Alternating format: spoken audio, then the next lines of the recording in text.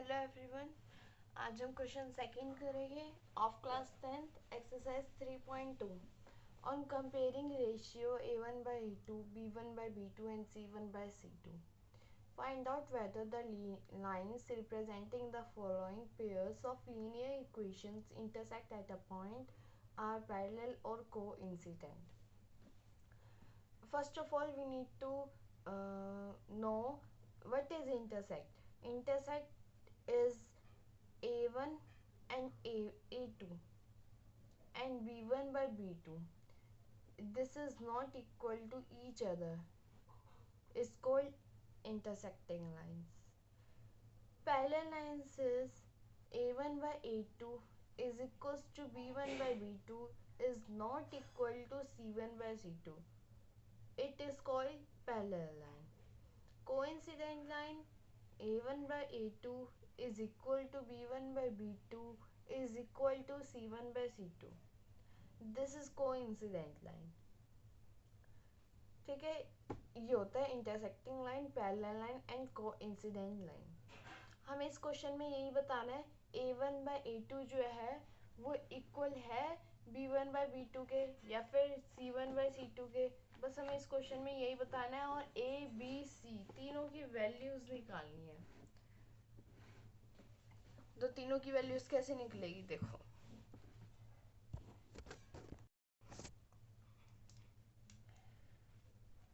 ये तीनों हमारे हैं a1 by a2 b1 by b2 and c1 by c2. हमें इन तीनों की वैल्यू निकालनी है.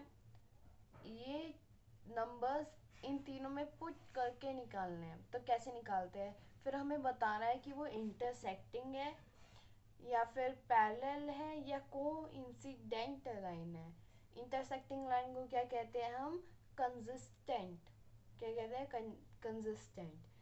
क्यों, क्योंकि इसमें a1 by a2 जो है वो b1 by b2 के नॉट इक्वल होता है, इसलिए उसे इंटरसेक्टिंग लाइन कहते हैं. पैरेलल लाइन किसे कहते हैं, जिसमें ये कंडीशन हो a1 by a2 is equals to b1 by b2 is not equal to c1 by c2. This is parallel line. तो उसे हम क्या कहते हैं, पैरेलल लाइन को क्या कहते हैं हम, इनकंसिस्टेंट लाइन. इनकंसिस्टेंट क्यों, क्योंकि जो b1 by b2 है वो is not equal to c1 by c2, so that it is called inconsistent. And coincident, coincident में तीनों इक्वल होता है. a1 by a2 is equals to b1 by b2 is equals to c1 by c2, so it is called consistent line. Okay, तो हमें यही लिखना है question में. पहले ए की, बी की और सी की वैल्यू फाइंड आउट करनी है. फिर फाइंड आउट करने के बाद हमें इन तीनों में से किसी एक चीज़ वो होगी. तो कैसे करेंगे देखना. फर्स्ट पार्ट ये है हमारा. फर्स्ट पार्ट, अब जनरल इक्वेशंस क्या होती है, पहले तो हम ये समझेंगे जनरल फॉर्मेशन क्या होती है. तो जनरल फॉर्म वो होती है जैसे a1x plus b1 by y is equals to c1, a2x plus b2y is equals to c2. This is coefficient. Left hand side में जो है वो हमारे कोफिशिएंट्स है और जो राइट हैंड साइड में वो हमारे कांस्टेंट है. बिकॉज इसमें तो हमें दे रखा है x और y b a b के साथ, बट यहाँ c के साथ कुछ नहीं दे रखा. So this is constant and this is coefficients. So हमें पहले तो हम इसे जनरल फॉर्म में कन्वर्ट करेंगे. 5x as it is minus 4y as it is. अब ये मत कंफ्यूज मत होना कि यहाँ प्लस है तो यहाँ प्लस नहीं है तो हम यहाँ पे प्लस लगाएंगे. नो, माइनस है तो माइनस ही लगाएंगे, प्लस माइनस हम ये नहीं देखेंगे. बस हम ये देखेंगे कि a1 के साथ यहाँ x है तो यहाँ पे भी ये a है और उसके साथ x है. ये b1 के साथ y है तो ये भी b है और ये y है. इसके बाद इज इक्वल्स टू c1 है, बट यहाँ पे प्लस 8 है तो हमें यहाँ लेके जाएंगे 8 को, तभी तो हमारी जनरल फॉर्म आएगी, तभी हम वैल्यू पुट कर सकते हैं. तो is equals to 4 as it is, 5x as it is. ये 8 जीरो के साथ क्या हो जाएगा, माइनस. यहाँ प्लस है, वहाँ जाके क्या हो जाएगा, माइनस. ऐसे ये करेंगे 7x as it is plus 6y as it is. ये माइनस साइन को जीरो के साथ लेके जाएंगे तो प्लस का 9 हो जाएगा, तो प्लस लगाने की जरूरत नहीं होती. सो दिस इज अवर, ये हमारी क्या हुई, जनरल फॉर्मेशन. अब हम क्या करेंगे, पहले तो हम लिख लेंगे कि हम कंफ्यूज ना हो। कंफ्यूज ना होने के जैसे A1 की वैल्यू क्या है, जैसे देखो हमारा A1, ठीक है, B1, C1, ठीक है,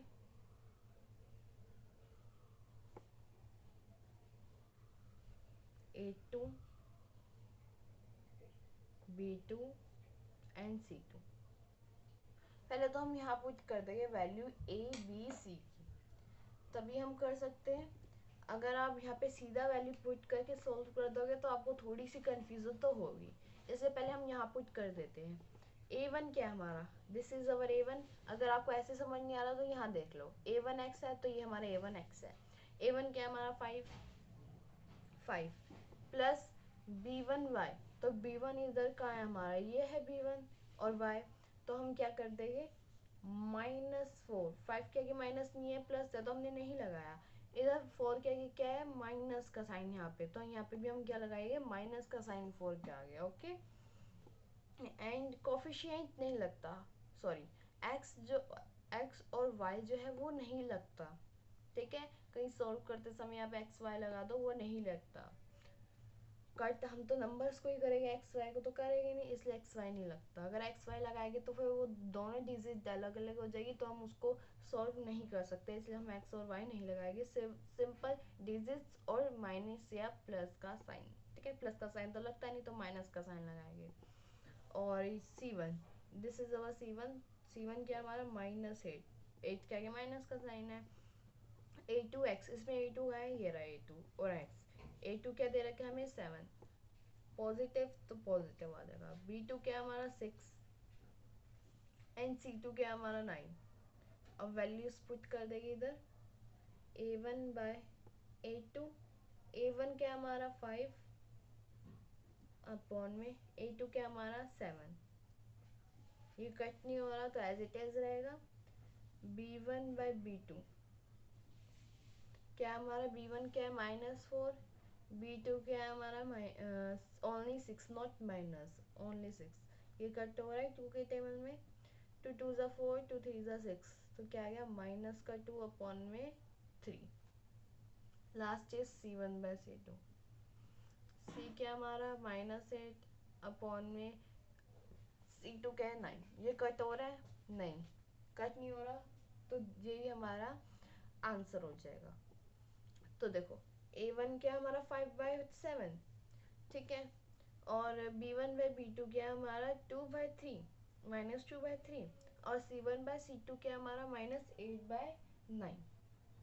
तो कैसे सॉल्व करेंगे, मैंने आपको 3 कंडीशंस बताई थी। कौन कौन सी कंडीशंस बताई थी, देखो एक तो ये कंडीशन बताई थी A1 by A2 is equals to B1 by B2 is equals to C1 by C2, ये कंडीशन बताई थी। ये कंडीशन किस चीज की थी हमारी, को हमारी ये कंडीशन थी कोइंसिडेंट, ठीक है। एक और 3 कंडीशन बताई थी, दूसरी थी A1 by A2 is not equal to B1 by B2। ये कौन सी कंडीशन थी हमारी, इंटरसेक्टिंग, ठीक है। तीसरी कंडीशन थी A1 by A2 is equals to B1 by B2 is not equal to C1 by C2। ये हमारी लास्ट कंडीशन थी, इसका नाम क्या है पैरेलल, ठीक है। ये 3 कंडीशन बताई थी। ये कौन सी कंडीशन आ रही है, 5/7 इज इक्वल, देखो यहाँ लिख देती हूँ, 5/7 is equals to -2/3 is equals to -8/9। ये तीनों चीज़ आई है, इसमें ना ये इसकी इक्वल है ना ये इसकी, कोई भी चीज़ इक्वल नहीं हो रही, तो ये नॉट इक्वल हो जाएगा। तो फिर हम क्या कहेंगे इसमें, अगर C1 बाय C2 मतलब कि जहाँ A1 बाय A2 और B1 बाय B2 और C1 बाय C2 इक्वल ना हो, तो उसमें हम C1 बाय C2 नहीं लेते, ओनली A1 बाय A2 और B1 बाय B2 ही लेते हैं, क्योंकि यहाँ पे हमें यही दे रखा है। अगर यहाँ पे C1/C2 भी लिखा होता तो हम वो भी लिख देते। यहाँ पे हमें यही तीन कंडीशन दे रखी है, तो हम कौन सी कंडीशन लिखेंगे? सेकेंड वाली, A1/A2 is not equal to B1/B2, हम यही कंडीशन लिखेंगे। सो ये हमारी कौन सी कंडीशन है? Intersecting condition. इसे हम और क्या कहते हैं? कंसिस्टेंट क्या कहते हैं इसे? हमें कंसिस्टेंट। तो हमारा ये आंसर। नेक्स्ट पार्ट क्या है? नेक्स्ट पार्ट देखो, 9x plus 3y plus 12 is equals to 0। बिल्कुल सेम है, कोई डिफरेंस नहीं है, पहले जनरल फॉर्म में कन्वर्ट करना पड़ेगा। सो ये हमारा सेकंड पार्ट है। सेकंड पार्ट बिल्कुल सेम है, बस हमारा आंसर जो हैगा वो इन तीनों में से कुछ भी आ सकता है। कोइंसिडेंट, इंटरसेक्टिंग एंड पैरेलल, इन तीनों में से कुछ भी आ सकता है। बाकी सारा जो पैटर्न है वो पूरा सेम है। तो कैसे करेंगे सेकंड पार्ट? अगर आपको फर्स्ट पार्ट में डाउट है तो प्लीज़ आस्क मी। सॉल्यूशन पहले हम जनरल फॉर्म में कन्वर्ट करेंगे। 9x as it is plus as it is 3y as it is, ये प्लस का 12 है। C1 क्या था हमारा? इक्वल्स टू में था, इससे हम प्लस का 12 वहाँ लेके जाएंगे तो इज इक्वल्स टू माइनस का 12 हो जाएगा।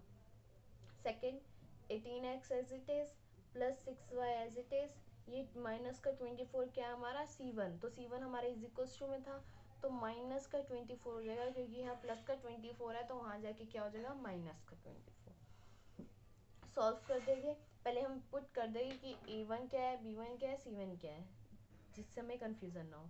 A1 B1 C1, ठीक है।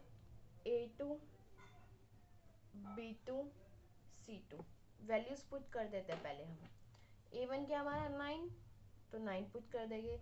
और आई रिमेंबर यू दैट कि x और y नहीं लगाना। अगर हमने x और y लगा दिया तो दोनों कोफिशिएंट्स अलग है, तो ये जो हम नंबर सॉल्व कर रहे हैं वो सॉल्व नहीं हो पाएगा, इसलिए हम x और y नहीं लगाएंगे, ओनली नंबर लगाएंगे।